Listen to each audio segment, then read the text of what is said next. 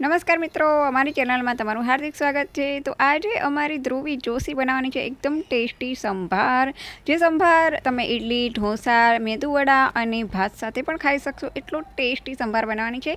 તો ચાલો મોડું નથી કરવું, ફટાફટ રેસીપી જોઈ લઈએ।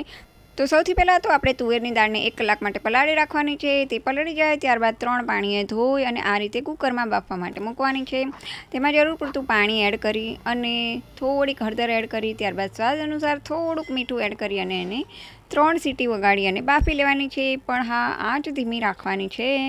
તો હવે દાળ બફાય છે ત્યાં સુધી આપણે મસાલાની પણ તૈયારી કરી લઈએ।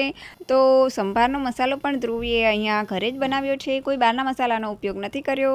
તો સંભારનો મસાલો બનાવવા માટે આપણે સૌથી પહેલાં તો થોડા સૂકા ધાણા, સૂકું ટોપરું, જીરું, રાઈ, તો 2-3 સૂકા મરચાં, 2-3 તજ, 2-3 લવિંગ, ત્યારબાદ જો તમે લસણ ખાતા હો તો લસણ લઈ શકો છો, અને અડદની દાળ, ચણાની દાળ, થોડાક લીમડાના પાંદડા અને થોડીક હિંગ લેવાની છે। હવે એક વાસણમાં થોડુંક તેલ લેવાનું છે, તેમાં હિંગ એડ કરવાની છે અને આ બધી વસ્તુ એમાં એડ કરી દેવાની છે અને ધીમી આંચ પર એને આ રીતે સતત હલાવતા રહી અને શેકવાની છે।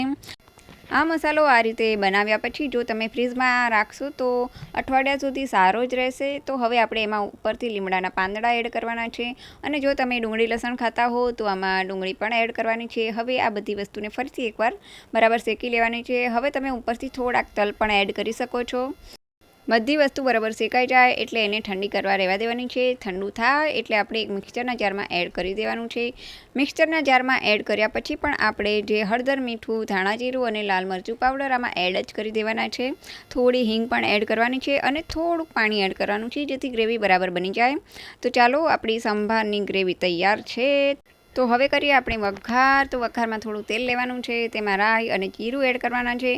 તે બંને વસ્તુ તતડે એટલે તેમાં થોડીક હિંગ એડ કરી દેવાની છે। હવે તેમાં આપણે થોડીક ડુંગળી પણ એડ કરી દેવાની છે। ડુંગળી બરાબર સતળાઈ જાય એટલે આપણે ટમેટાં એડ કરી દેવાના છે। આ ડુંગળી અને ટમેટાં આ રીતે એટલા માટે એડ કરવામાં આવે છે કારણ કે બહાર જે સંભાર મળે છે તેમાં આ જ રીતે ડુંગળી અને ટમેટાં હોય છે, એટલા માટે।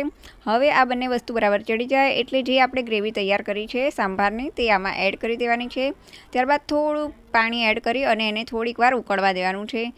ગ્રેવી બરાબર ઉકળવા માંડે એટલે આપણે એક વાસણમાં બટેટા અને સરગવાને અલગથી બાફીને રાખવાના છે।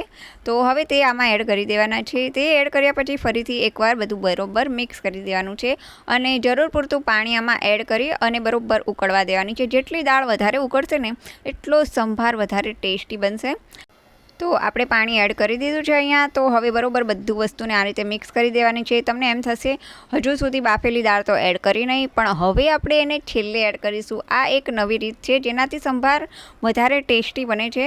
તો હવે આપણે એ દાળ પણ આમાં એડ કરી દેવાની છે। ધ્રુવીએ તે દાળ એડ કરી દીધી છે। દાળ એડ કર્યા પછી આપણે તેમાં અડધું લીંબુ નીચોવવાનું છે, તેનાથી દાળમાં બરાબર ખટાશ આવી જશે। અને ત્યારબાદ આપણે ગુજરાતી છીએ એટલે થોડોક ગોળ તો ચોક્કસ ઉમેરવાનો છે, પણ વધારે નથી ઉમેરવાનો, થોડોક જ ઉમેરવાનો છે। ત્યારબાદ ફરીથી તેને ઉકળવા રહેવા દેવાનું છે। હવે આપણે છેલ્લે વઘાર કરવાનો છે।